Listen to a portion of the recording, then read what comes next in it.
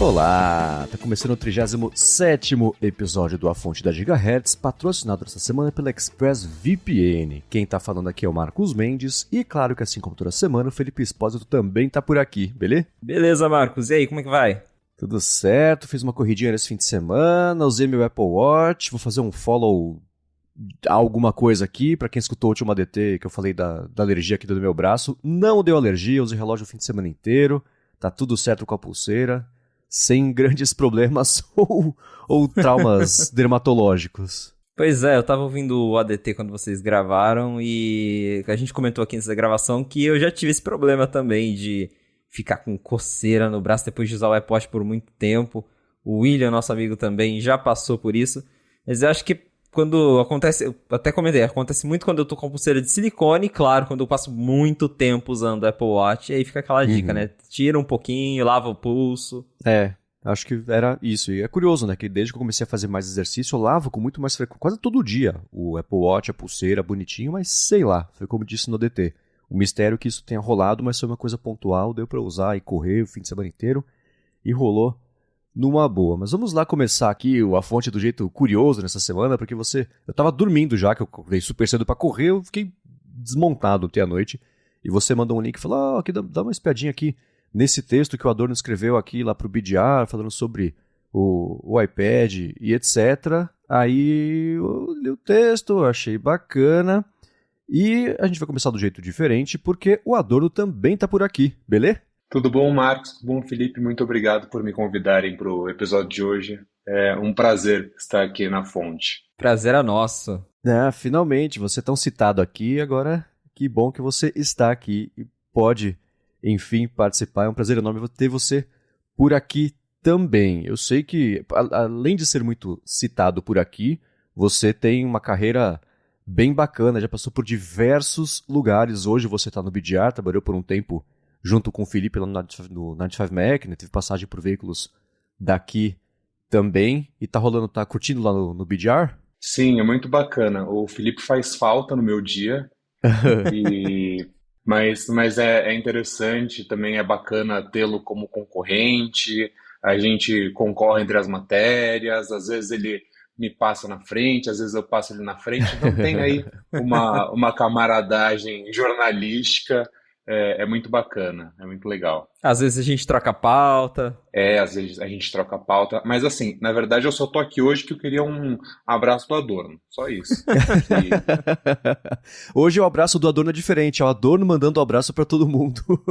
Exato, convidamos você para dar um abraço aqui. Então um grande abraço para a audiência do A Fonte, porque é um prazer estar aqui com vocês.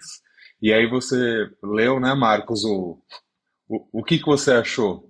Antes de comentar o que eu achei, eu queria que você comentasse a sua tese, para quem vai poder passar aqui na descrição, pegar o link e ler o texto que você escreveu. Se chama "O iPad é um acessório para o Mac e não uma substituição", que é um ponto de vista interessantíssimo. Já vou colocar aqui o que eu achei de um jeito bem rápido, mas vou pedir para você primeiro contextualizar a galera. E aí, como é que você chegou nessa teoria e, enfim, manda bala. Bem, esse artigo de opinião, na verdade, foi focado no Felipe. Na verdade, ele foi o meu ponto de partida para essa matéria. Porque assim, eu tenho vários iPads em casa, tenho uma fazendinha aqui, eu sei que o Felipe tem, o William também, que é nosso amigo, tem uma fazenda de iPad, a gente tem umas gavetas aqui, a gente abre gaveta, tem iPad, não sei o quê. Mas a questão é, o que a gente faz com tudo isso de iPad? E a minha experiência ela é ainda um pouco mais antiga, porque quando eu fui usar um iPad Pro, eu peguei o modelo de segunda geração, isso em 2017. Então foi quando a Apple começou a fazer aquele marketing de o que é um computador, como que o iPad Pro pode substituir um computador, porque também tem essa diferenciação, né? Um computador não é um Mac, né? Então o iPad substitui um computador Windows e não um Mac, porque o Mac ele é exclusivo, ele é diferente. Então a Apple não está querendo que você não tenha um Mac, ela só não quer que você tenha um Windows. E lá por 2017, 2018, eu realmente usei o iPad Pro como computador. Eu tinha um MacBook Pro, ele foi roubado, eu fiz, eu não vou comprar outro, eu vou apostar em outra coisa. Comprei o iPad, comprei o Smart Keyboard, na época não tinha o Magic Keyboard, mas era sempre muito difícil escrever, era cheio de gambiarra, e nada funcionava muito bem como eu esperava. Então, para comprimir imagem, fazer um resize delas, era sempre um caos. Só que passaram-se os anos, a Apple anunciou o iPadOS e mesmo assim não resolveu. Então a gente tem hoje em dia o Stage Manager, o Universal Control, mas nenhuma dessas funcionalidades realmente fazem jus ao que o iPad pode fazer. A Apple colocou um chip de computador nele, colocou uma tela maior, colocou acessórios mais caros, mas no fim do dia, como eu digo na matéria, você não consegue fazer muito mais do que pequenas tarefas. Você tem editores de vídeo, você tem editores de imagem, você até pode criar um aplicativo com o Swift Playgrounds, mas nada parece profissional de verdade. Por exemplo, nós como jornalistas, se a gente sentar para escrever uma matéria no WordPress, o aplicativo dele é péssimo, no Safari é pior ainda, você não consegue mexer na imagem. Então, assim, por que você vai gastar $1.500, $2.000 ou R$ 10.000 num substituto de computador que não funciona como computador? E aí a brincadeira com o Felipe ele tem o MacBook dele e tudo mais, mas desde que ele comprou, e os ouvintes do A Fonte sabem, um iPad Pro, ele tem se divertido, ele pega o iPad de 11 polegadas dele, vai pro café, não sei o quê, mas toda vez que ele fala, não, Adorno, agora eu vou trabalhar, ele vai para casa dele, ele liga no monitor dele, pega lá o teclado e começa a trabalhar. Então, e não é um comportamento só do Felipe, é um comportamento de usuários Apple de maneira geral. Então, resumidamente, não tão resumidamente assim, essa é minha tese sobre o artigo que eu escrevi. É muito engraçado, porque quando eu comprei o iPad, a gente estava viajando juntos, foi no ano passado, e sempre que eu ia trabalhar, às vezes eu perguntava, o que você está fazendo com o Mac e o iPad? Eu falava, estou usando o iPad de monitor do Mac. Então, culpado. Essa é uma tese interessante que eu não tinha visto ela ser explorada ainda, que o iPad, ele tá aí para roubar o público da galera de Windows, talvez por ser uma barreira de entrada menor, de preço principalmente, e enfim, o iOS já tem uma familiaridade popular por conta do iPhone, então essa barreira acaba sendo menor e ele vira o cavalo de Troia, talvez, para a pessoa começar a migrar para o ecossistema inteiro da Apple, tendo desembolsado bem menos do que seria para comprar um computador Mac, né, ou talvez a mesma coisa para comprar um bom computador, um bom PC, enfim, um bom notebook, aí, coisa que rode Windows, mas a hora que vai começar a usar, como você disse, você tem aí essas... Faz um tempo o pessoal falava, todo ano, todo WWDC, antes de virar iPadOS, agora chegou esse ano, a Apple vai ter que tirar a rodinha ali das bicicletas do iPad para ele poder voar sozinho, misturei analogias aí como eu sempre faço. Mas isso nunca... Vai desbloquear o potencial. Exatamente, né? Então, isso acaba não vindo com uma certa... Já há tempo suficiente pra gente falar, bom, só pode ser de propósito, né? E acabou virando uma piada isso, porque inclusive no tempo que eu fiquei no 95 Mac, eu e o Felipe sempre escrevíamos, o iPadOS, tananã, vai desbloquear o potencial do iPad Pro. Então primeiro foi, colocou o chip M1, agora vai. Colocou o Universal Control, agora vai. Não, agora com o Stage Manager, o iPad Pro vai resolver. E aí o pessoal cria aquela teoria. Então vamos colocar o macOS no iPad. Mas também não é isso. Uhum. Então, assim, a Apple criou um ecossistema extremamente caro com o iPad, porque você pode gastar de $320 a mais de $2.000 no iPad, mas a verdade é que todos eles fazem a mesma coisa. A diferença é o quão bonito você quer realizar uma tarefa. Uhum. Você quer em 120 Hz, você quer numa tela com mini LED, você quer ter 13 polegadas, você quer ter uma tela que não vai ter reflexo, mas ele vai fazer a mesma coisa. O iPad 9 e o iPad Pro, eles essencialmente fazem as mesmas tarefas. É exatamente a impressão que eu tenho também, e é isso, eu não consigo usar meu iPad sozinho. O que o Adorno comentou é bem verdade. Às vezes eu pego um iPad, eu vou para um café, eu tô me divertindo com o meu iPad Pro. E é isso, né? Ele é bonito, tem aquele design que ele fica flutuando. Você fala, nossa, que legal, que moderno. Mas aí eu começo a escrever, os sites, vários sites quebram no Safari, ou ainda não funcionam muito bem, no caso do WordPress mesmo.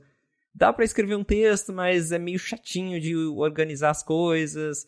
E aí, quando você quer fazer uma edição mais profissional, eu lembro que eu tenho o Photoshop, eu assino a Creative Cloud da Adobe. E aí eu fui abrir o Photoshop mesmo do iPad, eu queria colocar sombra numa imagem e tava lá, este recurso só está disponível na versão desktop. Eu falei, pronto. Então assim, você quer colocar sombra na imagem, não tem como. Então, pra colocar sombra, eu tenho que começar a edição no meu iPad e terminar no meu MacBook. Às vezes eu tô editando um texto mais longo, que tem muita imagem, também. Escrevo o texto no iPad, preciso voltar pro Mac para fazer a diagramação dele lá no WordPress para daí publicar a matéria. Então, fica essa sensação mesmo de que o iPad ele é mais um acessório para quem tem Mac do que um real substituto do computador. E também tem essa impressão de que mais pessoas passam por isso, porque todo mundo que eu vejo que comenta, nossa, o iPad é muito legal, eu amo o iPad, mas você olha lá no setup da pessoa, tem um Mac no fundo, sempre tem um Mac no fundo. Assim, eu nunca vi ninguém que de fato abandonou o computador 100%.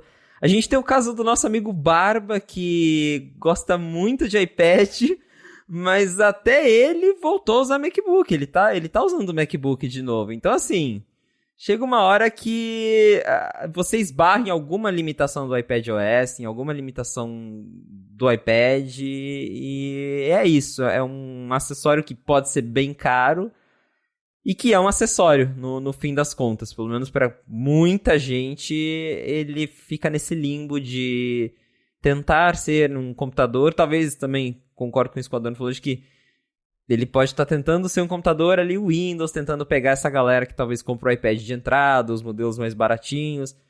Mas substituir o Mac mesmo, parece que tá longe ainda. E a Apple acabou canibalizando o iPad com o Mac, porque assim, a graça do iPad era justamente que, olha como tudo abre rápido, você não precisa inicializar o iPad, porque ele está sempre ligado, você abre os aplicativos num instante, mas a partir do momento que a Apple trouxe os chips próprios, com M1, agora com M2, o Mac virou essencialmente tão rápido quanto um iPad. Então você abre o Mac, ele já está pronto. Você abre 6, 7 aplicativos e você já está trabalhando. Então aquela coisa do chip Intel que você ligava, aí o Mac fazia bum, e aí daqui 10 segundos ele ligava, aí você abriu o Safari, aí você abriu o e-mail, pera, que o WhatsApp está abrindo ainda. Isso não existe mais. Então, realmente, a Apple acabou matando um pouco do iPad, e com ela trazendo o suporte de aplicativos do iPhone e do iPad para o Mac, tudo bem que não é a mesma coisa, mas você tem muito mais coisas para fazer no Mac hoje em dia, então o Mac hoje em dia é muito mais importante do que você comprar um iPad. Ele é muito mais barato quando você coloca os acessórios, ele vem com mais armazenamento e ele vem com um sistema maduro que você pode fazer tudo que você quiser. Enquanto no iPad, o que se diferenciava viraram agora só truquezinhos. E é uma pena, porque é uma super plataforma, é um produto muito bacana, mas realmente eu não vejo como isso justifica no valor de compra para qualquer consumidor. Isso que o Felipe falou. Tem um monte de gente que compra o iPad, se encanta e tira foto e fala, agora minha vida mudou. Passa alguns meses, gente, estou vendendo aqui o iPad, será que você pode dar uma força, dar um RT? Então, pô... E com isso em mente, eu vou fazer duas perguntas. Talvez você tenha acabado de responder uma delas. E essa é para vocês dois. A primeira é... Então tudo bem que existem diferentes modelos, mas para quem que é o iPad hoje em dia? E não falo sobre trabalho, talvez seja só de consumo de livro, não sei. Para quem que ele é voltado, para quem que ele é feito? E a segunda pergunta é... A gente pode citar aqui 600 exemplos pontuais de... Putz, precisa mudar, precisa dar suporte a esse programa, ele precisa dar... Mas olhando de um jeito macro... O que tem que acontecer com o iPad para resolver esse problema dele ter virado esse acessório de Mac, ou pelo menos esse cavalo de Troia da galera aí do mundo de Windows? Olha, para a primeira pergunta, eu diria que o iPad ele é uma ferramenta muito bacana para a educação. E isso eu digo porque, principalmente quando você pega a primeira infância, ensino fundamental 1, o iPad é muito lúdico. Então, desde aplicativos voltados para crianças, a usar a câmera para fazer uma brincadeira em realidade aumentada. Na semana retrasada, eu fui num evento da Apple aqui no Brasil, que era voltado para a educação. E eles pegaram alguns exemplos de escolas que usam o iPad para para ajudar no ensino. Então, assim, o Switch Playgrounds não é para um desenvolvedor grande, mas puxa, para uma criança que está aprendendo pensamento lógico, que está entendendo que quando ela aperta aquele comando, o bonequinho vai para frente. Isso é muito bacana.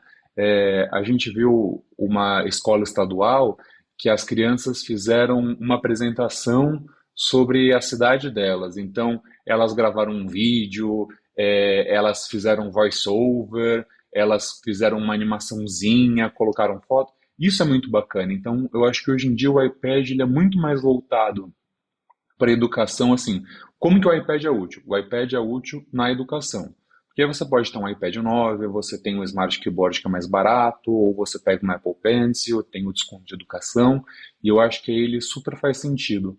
Mas fora para esse público, o iPad é um acessório, tipo, pô, quero ver um filme, quero ver uma série. Você pega o iPad e vai assistir, é mais fácil do que estar com o computador, você vai viajar, ele é menos trambolho do que levar um computador por aí, mas também depende, né? Porque o Felipe parou em cada segurança dos aeroportos, e, tipo, o que que é isso? É seu computador, não é? Vocês já falaram disso. Ah, mas por Aí você que que o seu responde, what's a computador está com o computer? teclado separado? Mas computador é esse que o teclado tá de um lado e a tela tá do outro. Aí os caras, tipo, eu acho que ele tá tentando entrar com alguma coisa suspeita no país.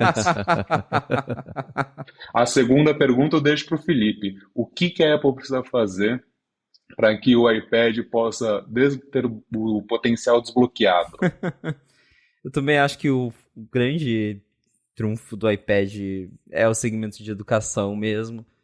Tanto que eu lembro que na minha época de faculdade eu usava bem mais o iPad, porque era mais fácil ter livros ali, aquela coisa de grifar e tudo. Acaba sendo melhor que ler na tela de um computador. É desconfortável, porque você não consegue segurar exatamente o computador na mão. Então, para você ler é legal, né, carregar documentos. Então, o iPad ele tem essa versatilidade, que é um ponto positivo para a área de educação. Fora isso, também acho que é um produto caro para consumo de mídias. É tipo Apple TV, aquela coisa que é muito bacana, mas que pelo preço... Então, se você pode comprar um iPad para você se dar o luxo de assistir um vídeo quando você está na sua cozinha, para você levar no avião, para você ler alguma coisa, acessar a rede social na cama, muito legal. Mas se você quer comprar para usar de computador, aí tem que pensar bem, porque eu mesmo, o meu iPad Pro com o Magic Keyboard e o Apple Pencil, que é o kit completo da Apple para você usar ele como computador de verdade, custou mais de 1.500 euros lá fora. O MacBook Air de entrada, né, o M1, você acha por menos de 1.000 euros. Então, assim, se você quer um computador, é melhor comprar logo um MacBook, não um iPad. E aí, para o que a Apple pode fazer para melhorar isso? É muito difícil porque a gente vem pedindo coisas há muito tempo. A gente pensava, quando colocar janelas no iPad vai resolver. A Apple colocou, só que do jeito da Apple. Então tem toda aquela restrição que você não consegue deixar a janela do jeito exatamente que você quer, e aí o usuário acaba se frustrando.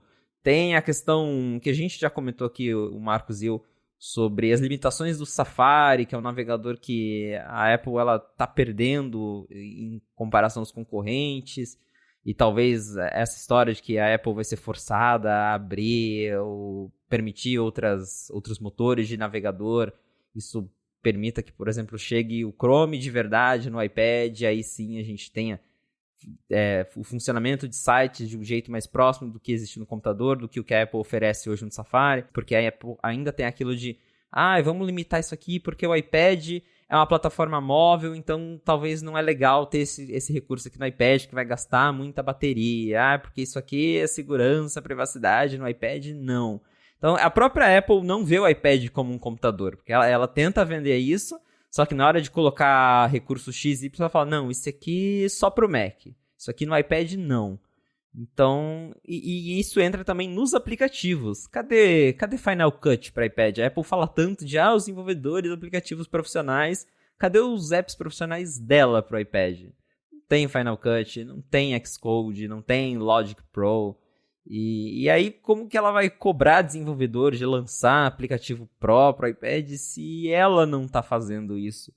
Então, acho que falta talvez uma atenção da própria Apple com a plataforma, para daí cobrar também de desenvolvedores trazerem, de fato, apps mais completos. A gente até tem bons exemplos, mas assim, dá para contar nas mãos os aplicativos Pro de verdade do iPad, porque o resto é praticamente aplicativo que a gente tem no iPhone, com a interface ali mais bonitinha.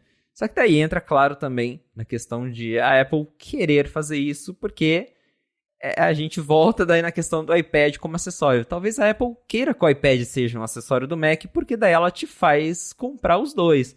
Você tem lá o seu Mac, e aí você pensa, se eu comprar um iPad, eu vou usar ele de monitor secundário aqui do meu Mac, de sidecar, vou usar com Universal Control, e aí minha produtividade vai aumentar.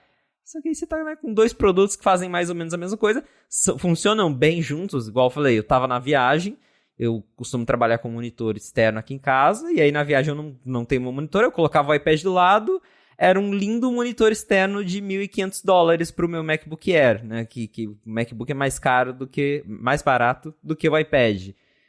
Mas é isso, né, então tem esse ponto de que talvez a própria Apple, no fim das contas, queira que o iPad seja um acessório do Mac. Pensando muito no iPad Pro do Felipe nesse momento. Mas sim, é isso que o Felipe falou. Enquanto a Apple não trouxer suporte profissional dos próprios aplicativos ao iPad, realmente não tem como você cobrar de um desenvolvedor de fazer a mesma coisa, porque, se a própria empresa que produz aquilo não está apostando, por que eu, desenvolvedor, vou gastar meu tempo para colocar o meu aplicativo para funcionar dessa maneira? Escutando vocês conversarem sobre isso, é até um pouco do que o Adorno falou, de que todo mundo que resolve migrar para o iPad ou para tentar usar como um companheiro de trabalho ou como a ferramenta principal, acaba percorrendo o mesmo percurso aí de... Que nem quando eu comprei o primeiro iPad Pro, fiquei por um tempão trabalhando nele, mas só porque... e eu sempre defendi e mantenho isso, mas hoje não mais, era mais legal trabalhar no iOS do que no macOS, por conta dos açúcares todos de interatividade. O macOS foi ganhando essas coisas aí ao longo dos últimos anos. E eu sempre falei assim, não é um jeito igual de substituir meu trabalho, é um jeito diferente de chegar no mesmo resultado. Beleza. Mas ao longo do tempo, esses esforços a mais que você tem que fazer para chegar no mesmo resultado, mesmo com um caminho diferente, acabam... Você sempre bate no teto para fazer alguma coisa. Quer fazer alguma coisa nova, você tem que descobrir o jeito de, não exatamente hackear o sistema, mas qual que é a dança da chuva lá que você tem que fazer para conseguir chegar no mesmo resultado. Quando, para mim, no dia a dia, era só consumo de informação para mastigar tudo, fazer um roteiro e gravar um podcast, que não dava nem para gravar no iPad, nem dava para editar no iPad, apesar do Ferrite, na época ele estava ali começando, beleza, mas aí eu voltei a trabalhar também com publicidade, e aí Photoshop, e trabalho colaborativo, que hoje, assim, de Office, que na época nem tinha direito, hoje está mais resolvido. Então eu fui percorrendo isso também de, beleza, é um substituto, é um acessório, tô vendendo, né? Quer dizer, não vendi, ficou encostado, hoje é minha namorada que usa para entretenimento, coisa assim, né? Também não tem nada de produtividade ali que ela faça. Então, escutando vocês comentarem sobre isso, é curioso que, assim, se dá para dar um elogio, assim, que consistente, né? Que em 10 anos continua o mesmo problema. Pelo menos é isso, né? Porque tem mesmo esses tetos, o que é uma pena. E dando mais piada aqui na linha de iPads, você tem o Mini, que é tipo o iPhone SE, né? Os rumores que sim, rumores que não, continua na linha, ninguém sabe exatamente para que é. O iPad Air, que acho que é o maior overlap da linha toda, e o iPad Pro, que seria, entre aspas, pela mesma impressão, o de trabalho de verdade, mas o iPad Air é um aspirante também a iPad Pro, então você tem de propósito esse overlap para te empurrar sempre para cima, né? Mas nenhum deles resolve esse problema de justificar a existência dele como uma coisa, uma linha própria, separada, isolada e enfim, que dê essas possibilidades todas que a Apple promete, mas na hora da entrega você consegue fazer tudo com um asterisco, ou 2, né? Porque é sempre esse caminho, é o Sísifo trabalhando, né? Você rola a pedra pra cima, ela volta, rola pra cima, ela volta. É meio assim. Por isso que eu disse que o iPad é o quão bonito você quer fazer uma tarefa. Você faz no iPad 9, no iPad 10, no iPad mini, no iPad Air, no iPad Pro. O quão bonito você quer fazer. Aí, e quanto você pode gastar? A escolha é Uhum. sua. Acaba muito nisso mesmo, de você escolher o hardware, porque todos os iPads fazem essencialmente a mesma coisa hoje em dia. Você só tá escolhendo ali uma firulinha ou outra para pagar mais caro, mas essencialmente todos eles fazem a mesma coisa. Tanto que quando a Apple trouxe o chip M1 pro iPad, a galera pensava, nossa, agora o iPad Pro vai ganhar um diferencial. Não, continua rodando o mesmo iPad OS dos outros, aí o M1 chegou no iPad Air, e aí os dois fazem a mesma coisa, então a própria linha é confusa e é bem... A linha de iPad está realmente assim num limbo. Tem um monte de modelo, eles são confusos. Tem aquela coisa do iPad 9, 10, que a Apple fez aquele Frankenstein, e aí tem já o iPad Air. Então, às vezes, nem a gente consegue dizer direito o que a Apple está tentando passar com a linha de iPad dele. Mas o que temos para falar é justamente que o iPad é um acessório bem bacana. Acessório.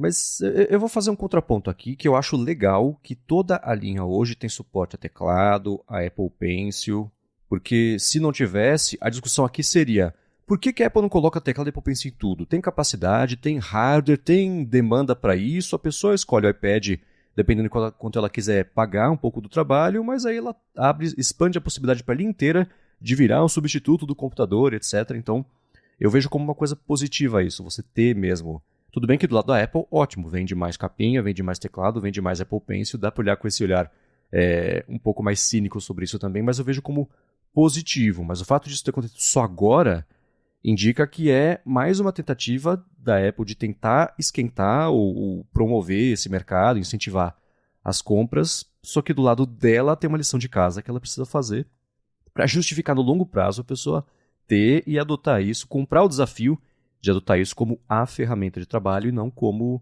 o acessório de um computador. Eu diria que a Apple está sofrendo uma Samsungização. Mas aí eu posso deixar o tema para um próximo podcast, porque, particularmente, acho que hoje em dia o maior problema da Apple é o Tim Cook. Ele, que há 30 anos resolveu o problema da Apple, criou. É porque dessa vez não é um problema, porque a Apple é uma empresa trilionária. Mas ele foi contratado para fazer o contrário do que ele está fazendo hoje. Mas aí fica no ar. Ó, você faz assim, você escreve essa coluna e volta aqui para comentar. É isso. Exatamente. É o próximo artigo dessa semana vai ser o problema está no Tim Cook, e aí eu trago para vocês os comentários gerais dessa matéria. Boa. Adorno, muitíssimo obrigado por ter tirado um tempinho da sua segunda-feira de manhã agitada para poder participar por aqui. É um prazer finalmente ter você aqui para receber pessoalmente, ainda aqui pelo StreamYard, aqui um abraço e mandar um abraço também para todo mundo que escuta aqui o A Fonte. Muito obrigado, Marcos. Foi um prazer participar e, por favor, me chamem que eu volto. Pode Claro. Um deixar. abraço para vocês. Beleza? Só comenta com o pessoal onde te encontrar e etc. Eu sei, né? Já falei do BDR, mas e aí? Verdade, vocês também podem me encontrar no Twitter, no @JoséAdorno, que é basicamente isso, que o Instagram tá fechado, tá quietinho, não fico postando nada de tecnologia, não é igual o Felipe, que tem diversas mídias para se promover. Vocês me encontram no BDR e me encontram no Twitter. Perfeito. Então, um abraço, José Adorno, e a gente te espera para falar do Tim Cook, que agora até eu estou curioso para ler essa matéria. Tem cara de ser bombástica. Revelações, revelações. Um abraço, meu caro. Obrigado. Eu que agradeço. Valeu, gente. Bom podcast para vocês. Valeu. Muito bem, ó. Quem quiser, claro, ler esse link da matéria do Adorno, eu vou deixar aqui na descrição. A essa altura, não sei nem quem se lembra que o site BDR é que ele se chamava Boy Genius Report antes, e devia ser muito complicado de escrever, dependendo do idioma, então acho que virou só BDR. É um site das antigas aí de tecnologia, Apple principalmente, tinha muita...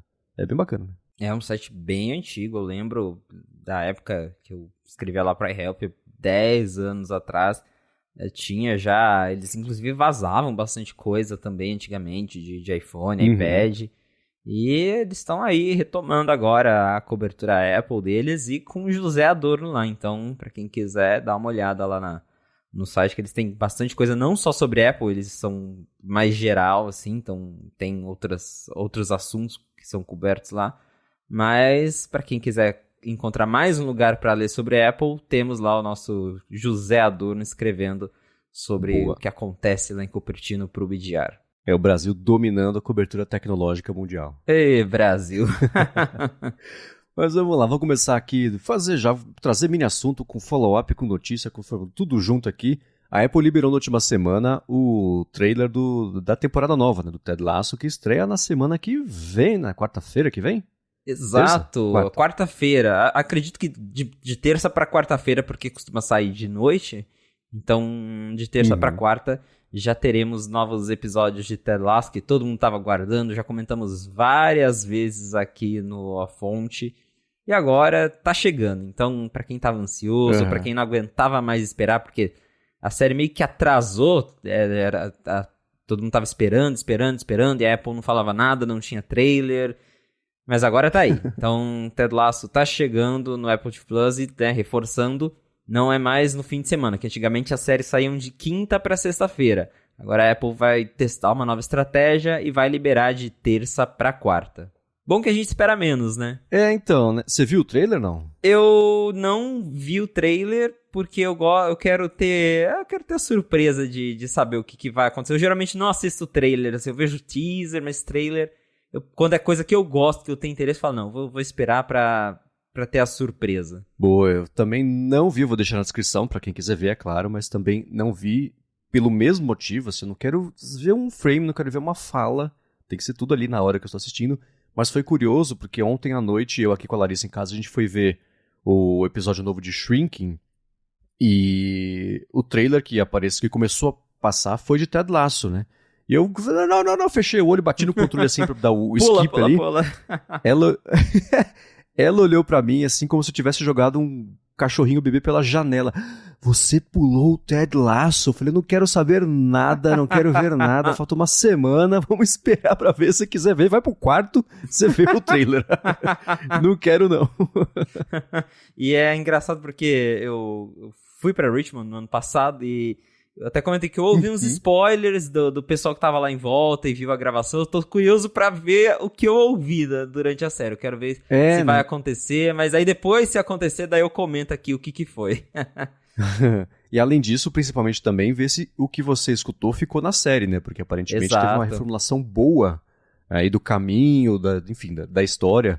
Então, tem que ver, né? Você vai ver a temporada inteira esperando acontecer alguma coisa e não vai acontecer. É possível, né? É possível, mas estamos todos ansiosos e tá chegando. Finalmente, terceira temporada de Ted Lasso já estreia na semana que vem. Muito bem, então agora vamos lá. Primeira notícia aqui do episódio de hoje é mais uma saída importante aí do cargo de liderança da Apple, que é o diretor do iCloud. Então, estratégico, grande o cargo, ocupa, né? Tudo toca em iCloud hoje em dia. Foi reportado lá na Bloomberg, que é o Michael Abbott, que estava faz um tempo aí vendo as coisas do iCloud. Ele está saindo, ele vai sair agora no final de abril, e primeiro não se sabia quem que ia entrar no lugar dele. O Mark Gurman comentou que é o Jeff Rubin, que é conhecido como criador do iTunes, está aí um tempão na Apple, que ele vai liderar toda a parte de nuvem agora, mas o RH lá está trabalhando ultimamente, né? A gente não sabe o que levou a essa saída, não tem um motivo claro, mas o Michael Abbott, ele era ali responsável por praticamente todos os serviços online da Apple, então não só iCloud, mas iMessage, FaceTime, e provavelmente trabalhava ali junto com o Ed Kill, que continua sendo o chefão de serviços da Apple até hoje, embora a gente até comentou outras vezes aqui, ele não está aparecendo mais, porém o Ed Kill continua lá trabalhando com isso, por trás ali dos bastidores. E é bem curioso, porque realmente a Apple está perdendo muito funcionário do alto escalão ultimamente. O caso mais emblemático foi da Evans Henke, que deixou a Apple no finalzinho ali ela ainda está lá, mas no final de outubro foi revelado que ela estava deixando a empresa nos próximos meses. A Apple até ficou um tempo ali, acho que pensando se ia encontrar alguém ou não. Por fim, matou o cargo de chefe de design industrial. A Evans Henke era um executivo ali do super alto escalão, trabalhou com o Johnny Ive, então passou por momentos importantes da empresa, saiu. No começo do ano teve também outro executivo importante que saiu, foi o Peter Stern, e também trabalhava com serviços, ele deixou a Apple em janeiro. E se a gente voltar um pouco ali em 2021 também, tiveram outros casos de executivos do alto escalão que saíram da Apple por diferentes motivos, principalmente por conta de não concordarem com a política mais rígida da Apple de trabalho remoto, porque teve toda aquela coisa de a pandemia, a Apple liberou os funcionários para trabalhar de casa, só que a Apple começou a forçar a galera a voltar para o escritório antes de outras empresas do Vale do Silício. Algumas empresas até permitiram, falaram, não, pode trabalhar de casa aí pro resto da vida, tá tudo certo. E a Apple falou, não, a gente quer vocês aqui trabalhando presencialmente no Apple Park. Isso não agradou muita gente. Teve até um executivo da área de aprendizagem de máquina, se eu não me engano, que era do Google, tinha ido para a Apple, ele não gostou das políticas, aí voltou pro Google. Então, a gente não sabe o caso específico dessa história agora, do motivo porquê que o Michael Abbott está saindo, mas é bem intrigante ver que a Apple está perdendo muitos talentos ultimamente. Eu acho que assim, né, todos nós, ou muitos de nós, durante a pandemia, especialmente por conta de trabalho remoto, quem pôde trabalhar remotamente, tem toda essa discussão que a gente abordou com bastante profundidade nos áreas de trabalho, aqui, especialmente no comecinho da Gigahertz, que ainda estava bem no furacão ali, pelo menos da volta de trabalho remoto.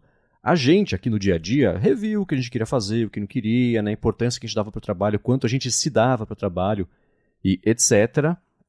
E todo mundo literalmente sentiu isso, né? Porque você vê essas pessoas, mesmo em cargos grandes aí de liderança, eu acho que especialmente elas também, né, chega num momento e quando você para 10 minutos para respirar e refletir sobre o que você está fazendo, e aí assim, a pessoa ganhou muito dinheiro, certamente tem aí um belo de um colchão para cair por muito tempo aí sem, enfim, não conheço o dia a dia do executivo que está saindo, mas suponho que não esteja fazendo conta para pagar os boletos no final do mês. Então acho que dá essa perspectiva também de falar, putz, já que eu ainda tenho combustível para queimar, já que eu estou numa situação confortável, agora que eu pensei na vida, eu quero mesmo passar a vida inteira me fazendo reunião de manhã para saber como é que está o status do iCloud, sei lá, eu sempre quis trabalhar com um X, a pessoa chega um momento que ela cria coragem e vai, né? Especialmente quando começa, por exemplo, o papo de volta a trabalho presencial, a própria demissão em massa de todo o mercado de tecnologia é uma coisa que acho que faz as pessoas pararem um pouquinho para pensarem, putz,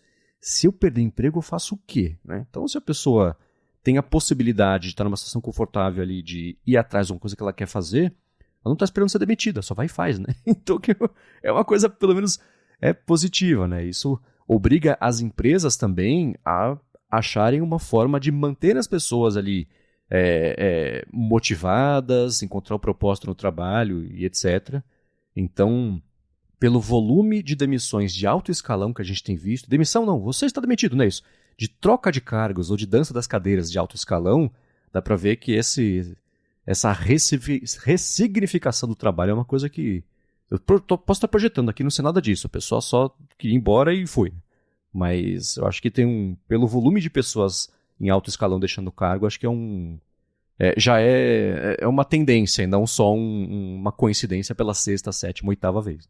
Exato, porque, como eu falei, alguns casos lá atrás a gente ficou sabendo que esse era o motivo, agora a gente não sabe o motivo, mas é muita coincidência a Apple tá perdendo tanta gente importante, gente grande lá dentro, em meio a toda essa história de que a empresa não é flexível. E a gente sabe aí de várias reportagens que saíram nos últimos anos também de como alguns funcionários não estão contentes. Eu lembro até que eu escrevi no começo desse ano uma reportagem de que a Apple caiu no ranking acho que do Glassdoor, que é uma dessas plataformas de avaliar empresas. A Apple sempre esteve ali no topo entre a lista de melhores empresas para trabalhar. E acho que em 2022, no ranking que saiu agora, acho que no começo do ano, foi a primeira vez que a Apple não entrou no ranking. Ela sumiu do ranking de melhores empresas para se trabalhar. Isso é baseado nas opiniões de pessoas que saíram já da empresa e tudo mais. Porém, já acende um alerta aí para mostrar que tem uma galera lá dentro que passou por lá que não tá mais tão contente assim com os rumos que a empresa está levando. Isso pode ter vários motivos, desde as políticas de trabalho remoto, até a própria administração. A gente sabe, por exemplo, que o Johnny Ive já estava meio descontente ali, segundo bastidores, que aí a gente entra na história do Tim Cook, volta até no que o José Adorno pode comentar aí no futuro, que parece que o Tim Cook ele tem essa coisa mais de vamos focar em ganhar dinheiro ao invés de ter aquela liberdade criativa que os designers da Apple tinham antes. Aí isso levou o Johnny Ive a sair, talvez foi o motivo que levou o Evans Hink a sair também. Então tem tudo isso, não é só a questão das políticas, mas, claro, uma das coisas, e aí isso cai justamente em como a Apple está sendo administrada ultimamente, e isso tem um impacto, claro, em como que os funcionários estão se sentindo lá dentro. A gente, no momento ainda, como eu falei, não sabemos o que levou a essa saída, mas talvez daqui a pouco a gente escute mais algum burburinho de bastidor para saber se foi simplesmente quis sair ou se teve algum descontentamento com o que está rolando dentro da Apple ultimamente. Beleza, agora a gente vai partir aqui no episódio para um papo sobre rumores e o que pintou nos últimos dias aí do que vai ser lançado, pode ser lançado e etc. E tanto na mão do Mark Gurman quanto também outras fontes. Mas antes disso eu vou tirar um minutinho do episódio para agradecer a ExpressVPN que está mais uma vez patrocinando o podcast. Com desconto, ainda por cima, para você que escuta aqui A Fonte. E é o seguinte, a ExpressVPN é um serviço no qual eu confio muito de VPN. Eu uso esse serviço quase diariamente, tanto para proteger a minha conexão, quanto para poder, no finalzinho do dia, ver meu The West Wing ali no HBO Max, que não está disponível aqui no Brasil. A parte da proteção é que se você, por exemplo, você se conecta a Wi-Fi públicos, que tem lá os termos de uso, clica aqui, aceita e você está navegando. Pronto, lá certamente está escrito que os seus dados estão sujeitos a serem coletados e depois usados, vendidos, para fazer diagnóstico do que as pessoas estão pesquisando, que site está visitando, que aplicativo está usando, por quanto tempo, etc, etc, etc. E isso é shopping, hotel, aeroporto, hospital, pode ser da escola, faculdade e etc. Com a ExpressVPN, isso não acontece porque a sua conexão passa a ser criptografada. Então, seus dados passam pelos canos invisíveis não, seus canos, opacos lá da ExpressVPN, então mesmo que está oferecendo a conexão, não consegue ver o que está acontecendo na conexão. Isso sem perder velocidade também, que é uma coisa bem importante. Eles têm servidores aí com coisa de 100 países para você se conectar, inclusive do Brasil, né? Então, se você quiser continuar que a sua conexão seja uma conexão que o site ou serviço venha aqui do Brasil para entrar no aplicativo de banco, por exemplo, você se conecta lá com o servidor brasileiro deles e passa a navegar do jeito mais seguro. Mas, se você quiser se conectar a servidores estrangeiros, isso é bacana, especialmente para streaming, para você ter acesso às bibliotecas aí de vídeo desses países, de áudio também, sem necessariamente estar por lá. Ou ao contrário, está viajando, quer ter acesso aqui a uma biblioteca com um conteúdo que só tem no Brasil, vai na ExpressVPN, conecta no servidor brasileiro e pronto. E a parte mais bacana é que tudo isso você consegue acessar com desconto por meio do link expressvpn.com/afonte. Por lá você tem 30 dias para experimentar a ExpressVPN, ver como é que é a instalação no iPhone, no iPad, no Mac, no roteador da sua casa, na TV, tem TV também que tem aplicativo direto lá da ExpressVPN. E aí viu como é que é, curtiu, vai assinar, beleza. Para assinar o plano anual tem 3 meses de graça só porque você escuta o podcast e acessou o link expressvpn.com/afonte. Muito obrigado, ExpressVPN, pelo patrocínio contínuo aqui do podcast e pelo apoio a toda Gigahertz. Valeu, ExpressVPN. Vamos lá, nos últimos dias, para variar, Mark Gurman aí trouxe, é ótima essa newsletter dele no fim de semana, que a gente sempre tem que comentar aqui no começo da semana. Ele falou que o iMac com chip M3, como ele tinha adiantado já há um tempão, e acho que vocês também no Net5 Mac comentaram sobre isso, que o próximo Mac seria já com chip M3, ele disse que já está aí em teste de produção e pode ser lançado finalmente aí no segundo semestre desse ano. Está em linha com o que vocês estão escutando lá também no Net5 Mac? Sim, a gente reportou no ano passado ainda que a Apple ia pular o M2 no iMac, o motivo a gente não sabe, mas as nossas fontes já tinham falado lá já há muito tempo atrás, antes mesmo da Apple anunciar o M2, ou logo ali no anúncio, uma fonte já falou pra gente, olha, não vai ter iMac com M2, a Apple não tá mexendo com o iMac agora, vai ficar mais pra frente. Aí depois veio o Gurman, também ouviu das fontes dele, que a Apple ia de fato pular o M2 no iMac e que agora ele diz que eles estão ali já num estágio avançado de desenvolvimento e que logo já deve ir para produção para chegar nas lojas em algum momento do segundo semestre de 2023, já com o chip M3. E aí, claro, ele também falou por exemplo, do MacBook Air. A gente tem ouvido falar sobre um modelo de 15 polegadas, a gente não sabia se esse modelo de 15 polegadas ele já ia chegar agora com o chip M2 ou se ele ia ter M3. E agora o Gurman também falou que a Apple deve atualizar o modelo de 13 com o M3 e lançar um novo de 15 também com o M3 na WWDC. Então, provavelmente, a timeline ela vai ser parecida com a do ano passado, em que a Apple anunciou o chip M2 e o novo MacBook Air na WWDC, foi durante a conferência.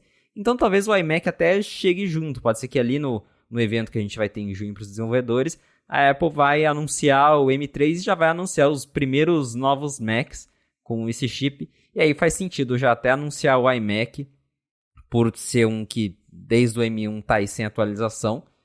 Então, pode ser que na WWDC a gente já tenha pelo menos 2 novos Macs garantidos. O novo MacBook Air com o M3 e também o novo iMac com o chip M3. É bem curioso, a gente até já tentou achar alguma explicação para isso aqui na fonte, do porquê que a Apple pulou o M2 no iMac. Não sei se talvez o M1 estava vendendo o suficiente, então deixa lá, ou se não estava valendo a pena gastar com o iMac, porque as diferenças do M1 para o M2 são muito pequenas, e aí a Apple não ia mudar o design, porque o iMac ele já foi completamente redesenhado na linha M1, e aí agora com o M2 talvez não ia ter o que mexer, e aí só trocar o chip ia gastar mais para trocar o chip do que, né, para o ganho que ela ia ter com isso, deixando lá vendendo com o M1. A gente não sabe o motivo, mas é bem interessante ver que o iMac teve esse buraco entre o M1 e o futuro M3, porque a Apple decidiu pular o M2. Mas então acho que as chances da gente ver, como eu falei, um chip M3 sendo anunciado na WWDC em junho, com pelo menos 2 novos Macs, parece ser bem grande. E aí, claro, talvez a gente não vai ter um evento de abril, como março, abril, como a gente tinha cogitado há um tempo atrás, que até tinha uns boatos falando, a Apple talvez vai fazer um evento aí em algum momento entre março e abril, para fazer alguns anúncios. Também comentei essa expectativa do MacBook Air de 15 polegadas, mas agora parece que Mac já foi jogado mais, pelo menos para a WWDC ou mais para o final do ano. Não vai ser agora que a gente vai ter novidades para Macs. O iMac é uma linha que ela tem uma particularidade que dentro dos produtos que a Apple oferece, você não tem opção, né? Então, você quer comprar um laptop, você compra, pode ser o MacBook Air, pode ser o MacBook Pro, né? Quer comprar tablet, a gente acabou de falar sobre iPad com as diversas opções, iPhone também. O iMac é o iMac, né? Então, ele há muito tempo é bastante icônico, né? Tanto que hoje em dia não tem nem logotipo na parte da frente, ele só existe, né? Tem essas cores que até hoje eu não aprendi a gostar ainda, mas isso é uma coisa, percepção minha. Mas a minha impressão é que esse é um computador que as vendas são sustentadas por mais tempo sem precisar de uma atualização tão grande. Então, se você pega no ano passado, que já foi complicado a ponto dos MacBooks Pro terem saído só nesse ano, os que eram para ter saído no ano passado. Você teve lançamentos importantes ao longo do ano da linha de chips M2, mas ainda assim incertezas, mercado. O próprio corte não é nem só falta de componentes, mas corte de custos, isso entra nessa conta também, né? Porque por mais que o rumor seja que os novos iMacs vão ser, se não iguais esteticamente, bem parecidos aí com os atuais, para começar a fazer um novo é gasto. Então segura isso aí, se já está vendendo e está dando certo, não é assim, pensando em preço americano, não é um computador caro, né? Você parte de $1.300, que é o monitor, o computador, o teclado, o mouse, todo o lance dele ser esse tudo em um. Então, já tendo o chip M1, que já estava, o modelo mais básico já estava, se não à frente do resto da concorrência, à frente pelo menos de quem está querendo comprar um computador De entrada, não sei, porque deve dar pra comprar aí um PC por $300, que é que nem quando o Ballmer falou sobre os telefones da Microsoft. Tem e-mail, tem navegador, tem tudo. Não sei que você vai querer comprar um iPhone, né? Então, assim, os computadores baratos tem e-mail, tem navegador, mas, enfim, tô devagando aqui. O lance é que eu acho que se ele tem essa venda sustentada por mais tempo, não tem essa pressa de lançar. E se você tem uma galera que está em cima do muro, compra agora ou espera mais um pouquinho? Essa galera vai comprar quando sair logo o M3, quando sair com o próximo processador, né, que é vendido já com a nova geração, inaugurando a geração, ou talvez próximo disso, né, se for sair mesmo isso tudo aí, que for ser lançado na WWDC. Então, acho que é uma soma de fatores, o que indica um poder ainda muito grande que a marca, a iMac, tem dentro da Apple. Se num passado não tão distante se questionou se ele precisava continuar na linha, eu acho que ele nunca foi tão necessário para pelo menos a Apple ter essa base aí de vendas constantes e ajudar a linha de Mac a ter enfim,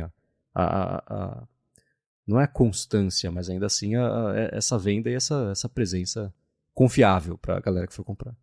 Eu vejo o iMac como o iPad mini dos Macs. Que é um produto que tem um público bem específico e que a Apple não precisa dar tanta atenção assim, porque quem compra vai comprar e as outras pessoas nem se importam com ele. Então, porque a gente pega os outros Macs, acho que eles têm públicos bem... Eles têm motivos para existir bem mais específicos do que o iMac. O MacBook Air, a gente sabe, é o laptop da galera, é o que quase todo mundo compra, não só por ser o de entrada, mas porque é o mais leve, é o mais fino, é o mais compacto. Aí tem o Pro pra galera que precisa de mais. O Mac Mini a gente sabe que tem muita demanda por conta de servidor, pessoal que compra pra montar aqueles hacks de servidor cheio de Mac Mini. Então a Apple mantém o Mac Mini atualizado, até colocou o chip M2 Pro no Mac Mini, que o iMac mesmo só tem a versão de entrada do M1, então, porque tem uma demanda para isso. E o iMac tá ali, né? Tem pra galera que ainda quer ter um desktop em 2023, tá ali. Então, talvez, né, quem quer ter um desktop, é o que você falou, não tem opção, tem o iMac. Então, a pessoa vai comprar sendo M1, M3. Então, a Apple não precisa ficar ali alimentando isso com muita frequência, que é o caso do iPad Mini. Quem compra o iPad Mini quer ele por um motivo muito específico e vai comprar o iPad Mini se ele tiver tela de 60 Hz, 120 Hz, se a Apple colocar ou não colocar alguma coisa, porque é o iPad pequenininho e quem quer isso só tem ele. Então é assim que eu vejo o iMac hoje. Pode ser por isso, de fato, que a Apple pulou o chip M2 nesse iMac. E pelo jeito o M3 vai ser a única novidade. Pelo que o Gurman disse, até as cores vão ser as mesmas dessa linha atual, ou talvez alguma variaçãozinha de tom, mas seguindo aí o mesmo esquema de cores. Então dá pra ver que o iMac Apple já mexeu o que tinha que mexer, agora vai trocar aí o chip de vez em quando ela achar necessário. Tô mais curioso pelos novos MacBook Air, principalmente porque esse rumor do modelo de 15 polegadas está ganhando cada vez mais força e eu tenho bastante interesse em ver isso acontecendo. Eu queria já ver agora, mas como eu comentei agora, baseado nessa reportagem do Gurman, MacBook Air, novo iMac, qualquer coisa com M3 deve ficar só para WWDC mesmo, que de novo faz sentido considerando a linha do tempo no ano passado, em que o M2 chegou na WWDC, então vai completar um ano agora, e aí provavelmente a Apple vai anunciar a terceira geração dos chips criados para o Mac. Bom, agora você comentou sobre o iPad mini, eu vou inverter aqui a nossa ordem da pauta e falar sobre um produto que é aquele que, assim, tem, não tem, tá melhorando, não, vai piorar, parece que piorou, não, que tava bom, vai ficar melhor.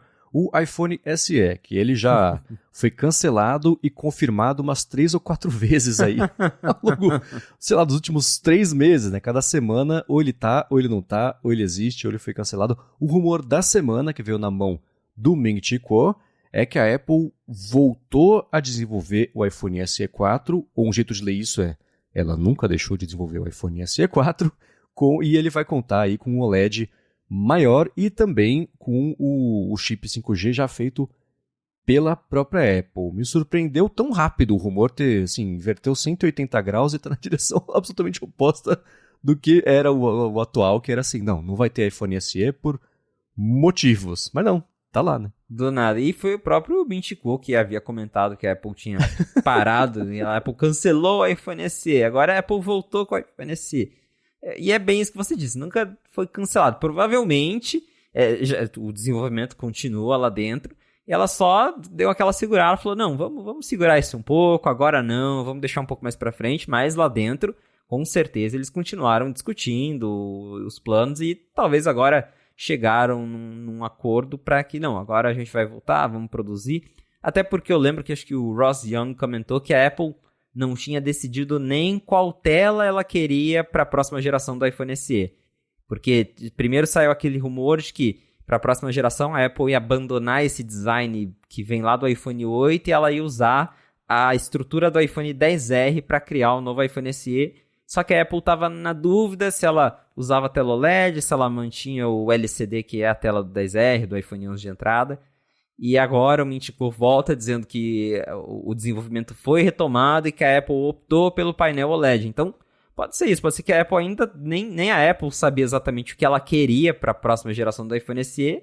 Aí falou, não, vamos dar uma segurada aqui, vamos decidir primeiro.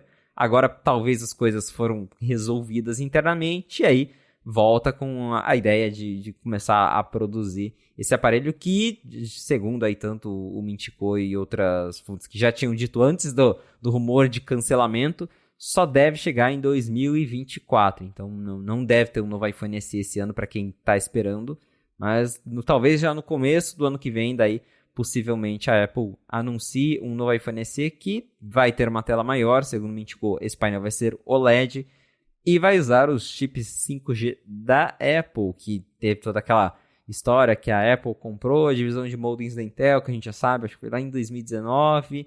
E aí esses chips da Intel, eles nunca apresentaram um desempenho satisfatório. A Apple está tendo dor de cabeça para otimizar eles do jeito Apple, para deixar eles ali com paridade com os chips da Qualcomm, que a Apple tentou abandonar, não deu certo, teve processo, chegaram em acordo. Mas parece que o iPhone SE, a próxima geração, vai usar já esse chip 5G da Apple. E pode ser até um bom aparelho para testar isso, já que o SE é a versão de entrada. E imagina, a Apple coloca o chip dela no iPhone 15 Pro e aí o chip não é tão bom assim quanto o da Qualcomm. E isso acaba resultando em marketing muito mais negativo para a Apple, porque está afetando o modelo topo de linha, que todo mundo espera que tenha o melhor desempenho. E aí, colocando isso no iPhone SE, se o desempenho for ali mais ou menos, a Apple ainda consegue contornar um pouco aquela história de que não, esse aqui é o de entrada, então, né, tá tudo bem. Mas tem essa notícia agora aí de que a Apple continua, assim, trabalhando no chip 5G dela. A gente já comentou várias vezes que a Apple está interessada até em fazer própria tela no futuro. Ela quer centralizar cada vez mais ali a criação dos componentes, a produção dos componentes. Então pode ser que no comecinho do ano que vem a gente já tenha um novo iPhone SE com tela maior, tela OLED e os chips 5G da Apple. E essa notícia veio junto também de uma que a própria Apple anunciou, porque, enfim, né, é estrategicamente importante para ela falar sobre isso, que ela vai investir 1 bilhão de euros para expandir o centro de design de microprocessadores, de silicon, lá na Alemanha, fica em Munique, né? E ela comenta que ela vai investir nesse lugar para fazer, que ela tem investido já enfim, tecnologias, na evolução da tecnologia para design de processadores, para administração, para chips também de administração de energia, e ela fala sobre tecnologias futuras sem fio. Então isso deixa pouca dúvida sobre uma delas, que é justamente dar mais propósito e mais utilidade, e colocar em prática, na verdade, as patentes e a tecnologia que ela comprou lá da Intel. Então, esse é um centro que já existe, ela já trabalha lá faz um tempão, tá? Muitos anos ali, já com essa base. Ela fala que está há 40 anos aí já na região. Então, o iPhone SE 4 certamente vai ser um primeiro playground aí de uma dessas tecnologias, pelo menos algumas delas, para isso aí, enfim, né, é um jeito muito bom para ela testar de uma forma controlada o desempenho desses chips para aprender a fazer e fazer bacana e melhorar o que precisar, para aí sim começar a adotar nos iPhones de maior volume de vendas e no resto da linha também, quem sabe até em Macs, né? Ia ser ótimo. Pois é, né? Já pensou, um Mac com chip 5G seria bem interessante. Aí eu vou deixar na descrição se eu encontrar, mas eu sempre passo os 10 minutos falando, nossa, dessa vez não vou achar, eu sempre acho uma foto de um protótipo de um MacBook qualquer que tinha uma antena já de comunicação com dados de operadores, então isso já tem uns bons 15 anos essa foto, então não é uma ideia nova lá. A Apple sabe que existe uma demanda por isso, mas alguma coisa vem impedindo. Quem sabe agora que ela vai, como diria Steve Jobs, control the whole banana, vai voltar a colocar isso aí, porque assim, né? De um iPad com chip 5G para um Mac com chip 5G, cada vez menos tem diferença. Pois é. E aproveitando aqui rapidinho, falando em 5G, a gente tem novidades sobre isso aqui no Brasil, né? No último beta. Verdade! A Apple lançou na semana passada o 16.4 Beta 2. E lá no Beta 1 tinha habilitado o 5G Standalone, que resumidamente é o 5G puro, que tem uma frequência dedicada para quem usa a T-Mobile nos Estados Unidos.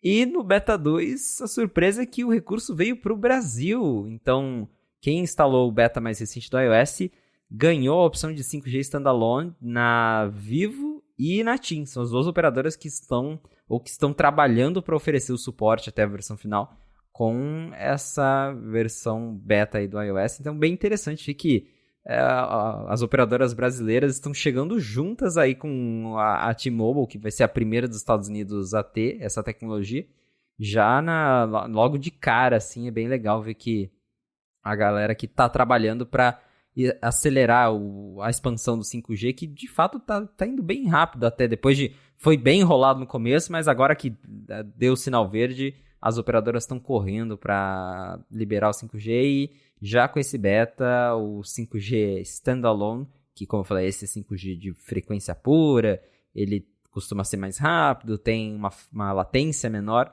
já deve chegar aí para todo mundo com a atualização. E o mais engraçado é que a Claro, que é a operadora que ficou de fora nesse beta pelo menos, todo mundo começou a encher o saco. E a Claro? Não vai ter Claro? Não vai ter Claro?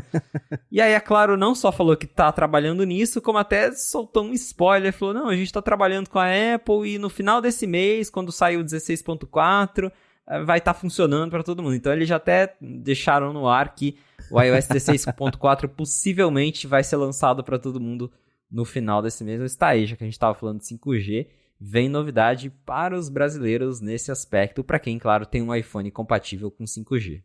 Boa. Eu aqui em São José dos Campos, tô igual você, tava há um tempo por aí caçando 5G, né? Qualquer lugar você aponta o telefone pro teto e será que aqui vai? Será que aqui vai? Na minha casa não pega ainda o 5G, mas quando eu vou fazer academia, por exemplo, lá pega, mas é engraçado como o sinal do 5G é meio frágil, né? Assim, se eu tô na parte de fora do prédio, tem 5G. Eu dei um passo, tô embaixo do teto, pronto. Acabou o 5G, aí o 4G corta, já cai pro 3G. É muito engraçado. Você põe a mão em cima do telefone assim, já some o 5G. Né? Exato. Então é um sinal que ainda tá sendo estabelecido. Exato, e você comentando de caçar sinal é engraçado, porque lá nos Estados Unidos a galera tá caçando sinal de satélite com o iPhone 14. Aqui a gente procura o 5G mesmo.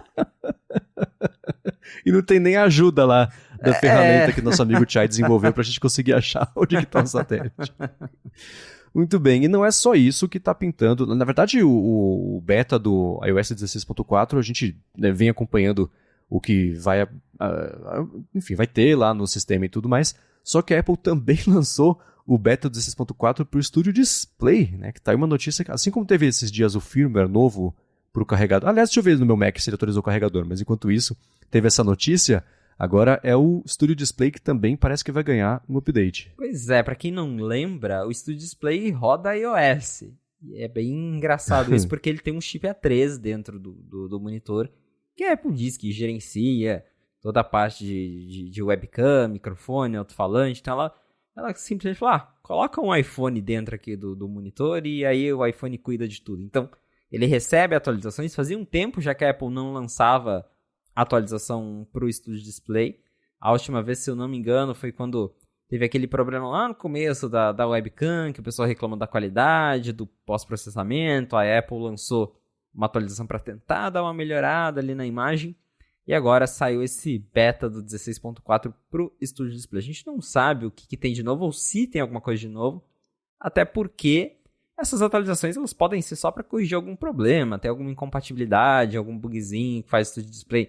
Eu já vi gente falando que, né, como o Studio Display ele tem um iPhone dentro, às vezes ele trava e reinicia do nada. Você tá usando o Mac e seu monitor resolve reiniciar.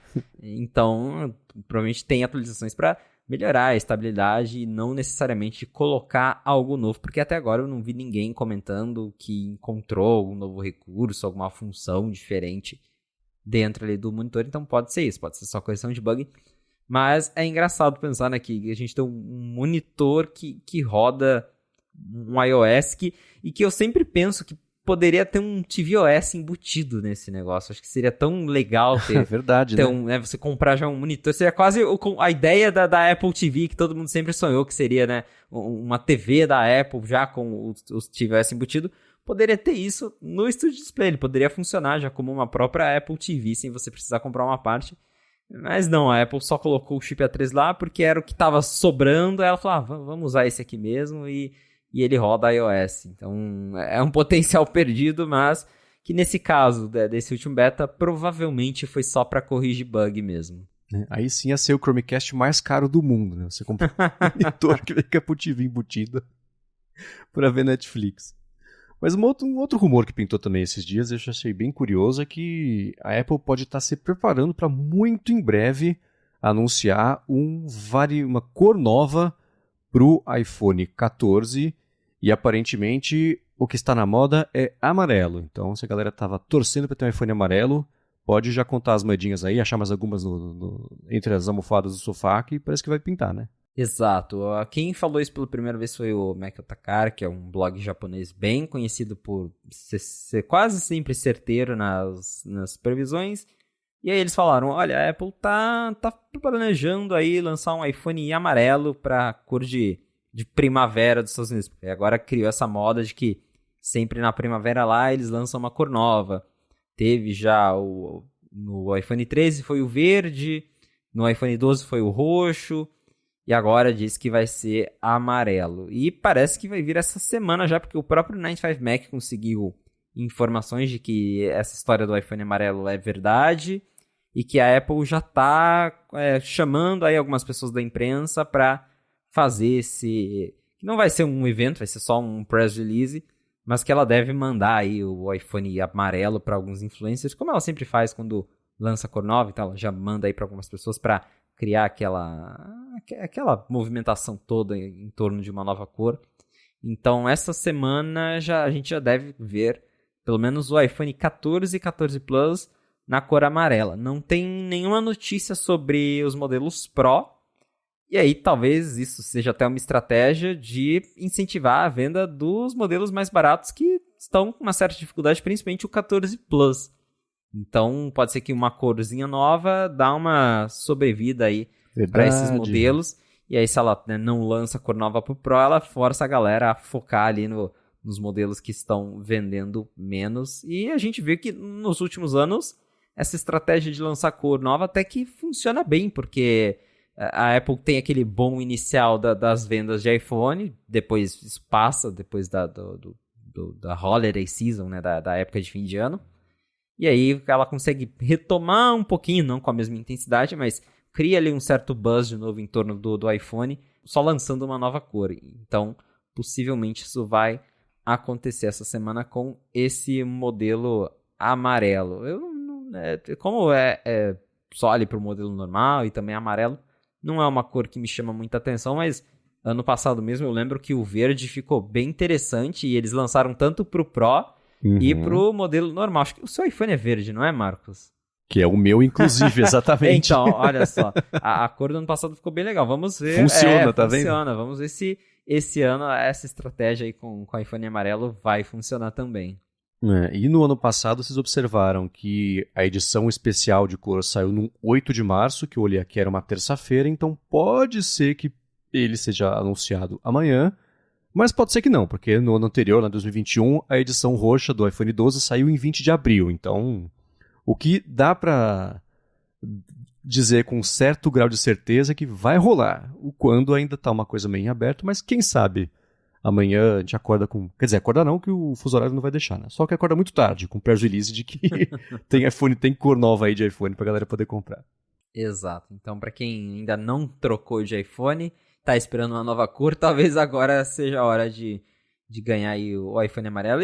E aí, né, voltando rapidinho na questão do Pro não ganhar, talvez até não tenha justamente por um conflito. Eu vi algum outro site, eu não lembro quem agora, mas discutindo que pode ter um conflito de cores na linha Pro, justamente porque o Pro já tem o dourado e as cores do Pro são meio apagadas comparado com os modelos normais. Então, aí se tem, né, um iPhone amarelo apagado, um dourado apagado, deixa do jeito que tá mesmo. Então, acho que faz mais sentido que só a linha 14 normal tenha essa nova cor.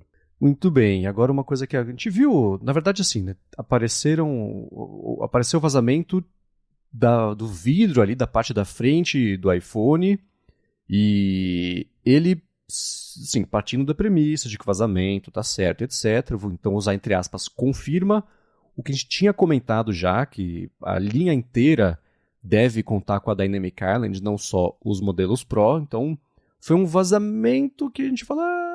Tá, ok. Isso eu vou deixar na descrição aqui para quem quiser dar uma espiada. O que eu achei mais bacana foi o de que o botão de volume dos novos iPhones, na verdade, ao invés de serem 2 botões, vai ser um botão só, unificado ali, né, com aquela tecnologia capacitiva, no fim das contas, que é o que a gente... não um botão físico, mas ainda assim ele vai dar pelo menos a resposta ali. E também falando sobre o botão de você deixar o iPhone no modo mudo, para você mutar o iPhone no modo silencioso. Pintaram agora vazamentos a respeito disso que você reportou lá com exclusividade no 95Mac, né? Então, a gente... Antes mesmo de vazar esses renders, já tinha gente falando que o iPhone 15 Pro ia ter esses botões capacitivos, que é basicamente como funciona o botão home do iPhone 7, do iPhone 8 e do iPhone SE, que não tem ali uma peça física, você aperta, ele é sensível à pressão, e usando ali o feedback tátil, a Epic Engine do iPhone, ele vibra e você sente como se você estivesse apertando o botão. Mas não é, o trackpad do MacBook também é assim. E aí já tinha uma galera falando, a Apple vai fazer botão capacitivo, né, botão de volume, botão de liga-desliga, vai ser capacitivo no iPhone 15. A Apple vai tirar os botões físicos. A gente chegou a discutir isso aqui na fonte. E aí vazaram os renders, a gente viu que o layout, né, no render não tem o botão, mas tem o recorte de onde ficam os botões, os furinhos, e dá pra ver que é bem diferente de como é em qualquer outro iPhone. E aí a gente começou a especular, então, né, provavelmente vai ser assim, mas não tínhamos certeza. Agora uma fonte confirmou pro 95Mac, eu conversei com essa fonte, que sim, a gente vai ter botões novos, e aí a fonte deu alguns detalhes de como que isso deve funcionar. Hoje, por exemplo, a gente tem 2 botões de volume, um para aumentar e um para diminuir, eles são separados. No iPhone 15 Pro, você vai ter um único botão, então vai ser uma única barrinha ali do lado do telefone, e ela vai ser sensível à pressão e vai funcionar de acordo com a região que você apertar. Então, se você pressionar ela em cima, ele vai aumentar o volume, se você pressionar embaixo, o volume vai diminuir. Mas tudo isso, quando você olhar o telefone, vai parecer só um grande botão lateral. E aí o mais curioso fica justamente por conta do botão de silencioso, né? Que hoje é uma chavinha, a clássica chavinha do iPhone, que eu já até também falei isso várias vezes, que para mim é um dos recursos mais icônicos do iPhone, que eu sinto muita falta quando eu vou pro Android, porque eu acho muito simples quando, né, você coloca o iPhone no bolso, você só passa o dedo ali, pronto, coloca no silencioso, passa o dedo, volta pro modo normal, e sem ter que ficar abrindo, desbloqueando o celular, abrindo central de controle. E parece que a Apple vai manter isso, só que de um jeito diferente. Ao invés de usar uma chavinha que também é uma peça mecânica, ela vai colocar um botão capacitivo ali. Então você vai pressionar aquele botão, o iPhone entra no modo silencioso, você pressiona de novo, o iPhone sai do silencioso. A repercussão que eu vi nos comentários do 95Mac e no Twitter foi bem negativa em relação a essa mudança da chave do silencioso. Porque eu também fico pensando isso, eu não sei como é que vai ser a implementação final, mas hoje, como eu comentei, eu coloco o iPhone no bolso, eu passo o dedo ali, eu consigo sentir para que lado tá a chavinha, e aí eu já sei que meu iPhone tá no silencioso ou não preciso nem tirar do bolso. Com essa mudança, não sei como é que vai ficar essa questão de você só pôr o dedo ali e saber em que modo que teu iPhone tá. Então isso gerou uma certa repercussão negativa entre a galera na internet, mas reforça que de fato a Apple tá trabalhando em botões capacitivos pro iPhone 15 Pro. Eu não sei o quão a fundo essa fonte de vocês entrou no detalhe sobre esse botão que era o switch vai virar basicamente o botão. A gente sabe como é que ele vai ser, mas talvez não como vai funcionar. A gente está projetando como é que ele vai ser com base nessas informações e a gente, quando vai mudar alguma coisa que a gente gosta, a gente tende a já projetar que a mudança vai ser para pior. Pode ser que não, a gente volta ao meme lá do parece que piorou, né? Mas vai que é uma coisa que você passa o dedo para lá ou para cá e ainda assim ele responde como a gente sabe que é hoje, mas o fato é que eu concordo que essa é a única coisa, basicamente, do iPhone que nunca mudou, né? Porque o design ele é praticamente idêntico. Hoje você ativando e desativando fica um risquinho vermelho ali e não mais uma bolinha, acho que era uma coisa assim, em relação lá ao primeiro iPhone. Mas todo o resto mudou bastante. A posição e o tamanho dele continuam ali idênticos, né? Ou bem próximo de idênticos de como é que isso era desde o primeiro iPhone. Então, a resistência a essa mudança vai ser tão grande quanto a consistência com a qual isso foi feito aí ao longo desses anos todos. Então, eu tô cautelosamente pessimista sobre isso, porque eu já vi algumas vezes eu falando, nossa, não, vai mudar, vai ser uma porcaria, vai estragar tudo. E não, a hora que muda, você estranha no começo e beleza, aí sim muda para melhor e de um jeito que só é diferente. A gente volta talvez até o papo de iPad no começo do episódio, né? Mas ainda assim, ok. Achei bacana essa confirmação dessa fonte de vocês sobre o lance mesmo dos botões de volume, ser uma coisa só também. O primeiro iPad tinha algo assim, acho que talvez o primeiro iPhone fosse uma coisa bem parecida com isso, né? Sim. Antigamente, claro, eram botões físicos, mas era só um único pauzinho ali, um único botão que se você apertava em cima ele aumentava, apertava embaixo diminuía, mas olhando assim era uma coisa só. Exato, então, não sei, curiosamente talvez a maior mudança dos iPhones novos seja o lance a maior mudança vai ser a menor mudança, né, que é só esse switchzinho ali de mutar, que pode virar um botão.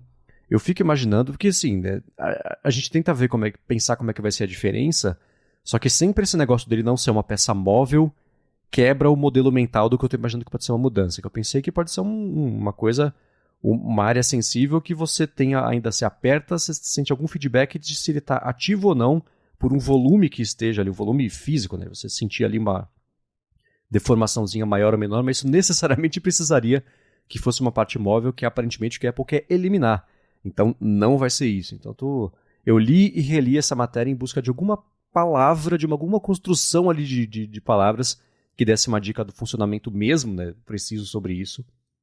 Ainda está meio inconclusivo, pelo menos aqui para mim, mas fato é, acho que já dá para afirmar com certo grau de segurança aí de que vai mudar, vai, né? Provavelmente vai mudar mesmo, e é bem curioso que a gente tá do nada tendo essa enxurrada de informações de iPhone 15, o que indica que provavelmente é isso mesmo que tá vazando. Nossa, essa fonte mesmo do botão falou, não, ó, as coisas que vocês vazaram lá, os renders, é isso mesmo, esse é o design do iPhone 15, a Apple já bateu o martelo, então já indica que a empresa já está se acertando para logo começar a produção. Essa informação mesmo dos botões veio de alguém que trabalha com acessórios de iPhone certificados, porque tem aquilo, assim como a Apple precisa iniciar a produção muito cedo para conseguir atender a demanda lá no final do ano, as fabricantes de acessórios também precisam fazer isso antecipadamente para, quando chegar lá em setembro, ter capinha suficiente para todo mundo, para os milhões de pessoas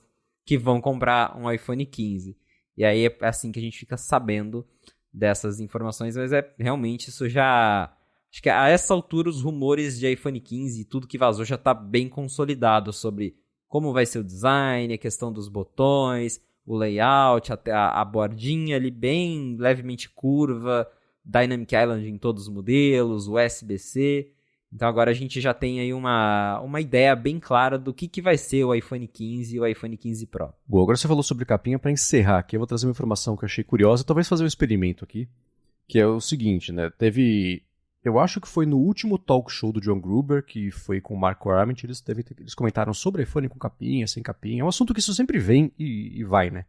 E aí o John Gruber fez lá no Mastodon uma enquete, assim, você geralmente usa o seu iPhone, na maior parte do tempo, com capinha da Apple, com capinha de terceiros ou sem capinha.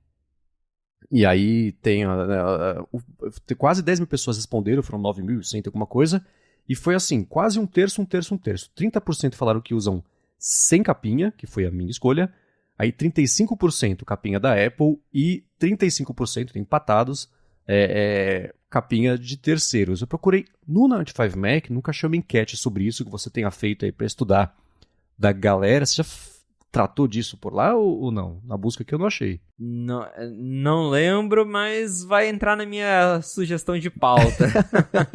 Tá, porque o que eu ia sugerir, eu vou deixar... A gente pode fazer isso também, por que não? Eu vou deixar aqui na descrição do episódio um link para uma enquete, para vocês responderem também. Mesma coisa, se vocês usam, na maior parte do tempo, iPhone com capinha da Apple, com capinha de terceiros ou sem capinha, passe aqui e responda, que eu fico muito curioso para saber sobre essas coisas, porque, enfim, né, é bacana, é divertido, né, pensar nas formas tão diferentes aí como o pessoal usa.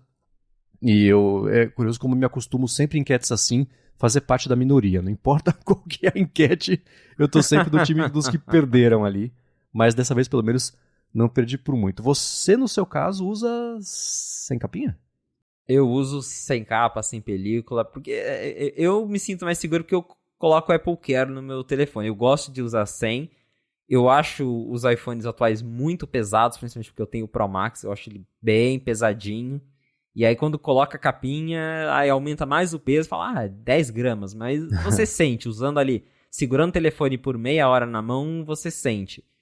Eu tenho uma capa de couro da Apple, é a única, assim, eu tenho uma de couro da Apple, foi a única capa que eu comprei pro meu iPhone, que eu uso às vezes, quando eu vou viajar, eu vou colocar o iPhone dentro da mochila, sei lá, aí eu falo, não, deixa eu colocar uma capinha aqui.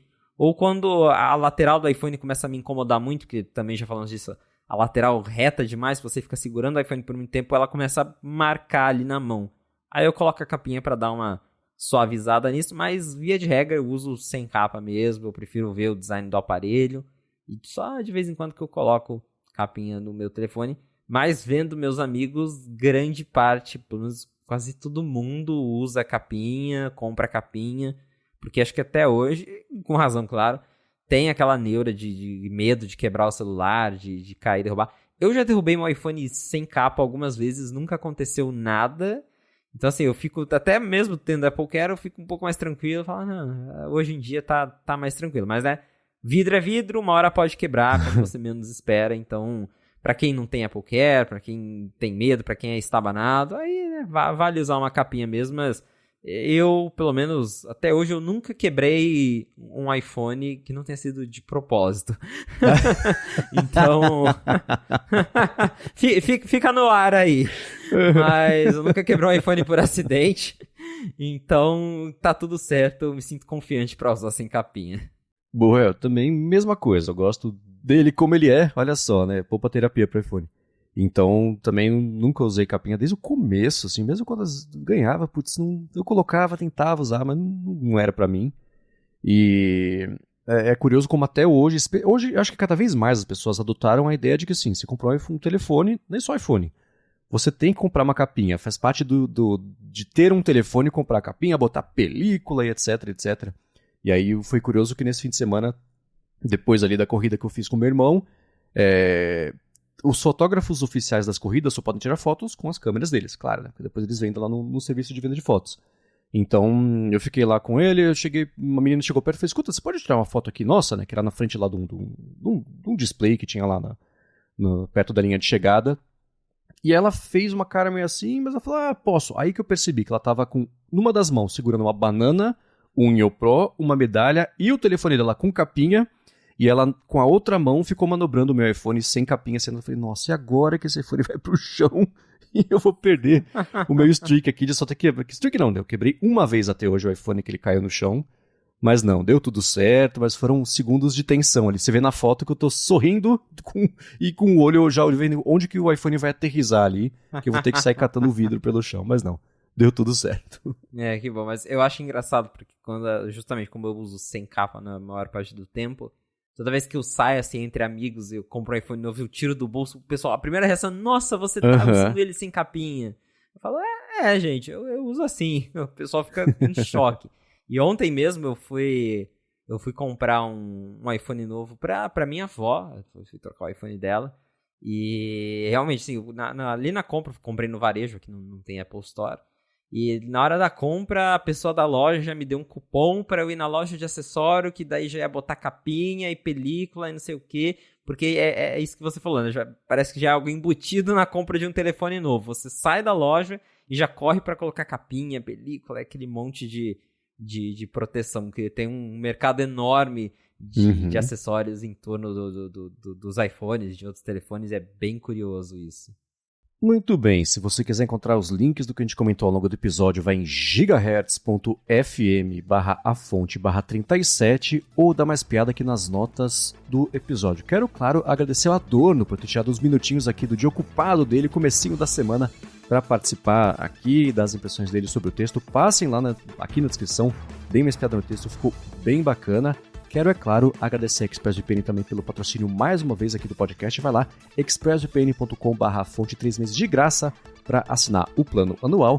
Agradecer a vocês que deixam reviews, que deixam avaliações, e especialmente quem recomenda o A Fonte para a galera poder saber que o podcast existe, experimentar, ver, chegar por aqui, escutar, ver se curte, ver se entra aí no rodízio de podcasts da semana. E claro, você também, Felipe, por nos ajudar aqui a fazer sentido do que diabos está rolando lá em Cupertino. Valeu, Marcos. Valeu, José Adorno. Obrigado, audiência, por ter ficado com a gente até o final de mais um episódio do A Fonte. Se você quiser me encontrar nas redes sociais, é só me procurar no @Felipe Espósito. Boa, eu sou MVC Mendes no Mastodon e também no Instagram. Apresento um monte de podcast aqui na Gigahertz e também o Bolha Dev, que sai toda a tarde, o noticiário de tecnologia que sai toda a tarde. E escrevo também para o ifeed.pt. Muito obrigado mais uma vez pela audiência. Abraço, Adorno, e a gente volta na semana que vem. Abraço, Adorno, abraço, audiência, e até a próxima.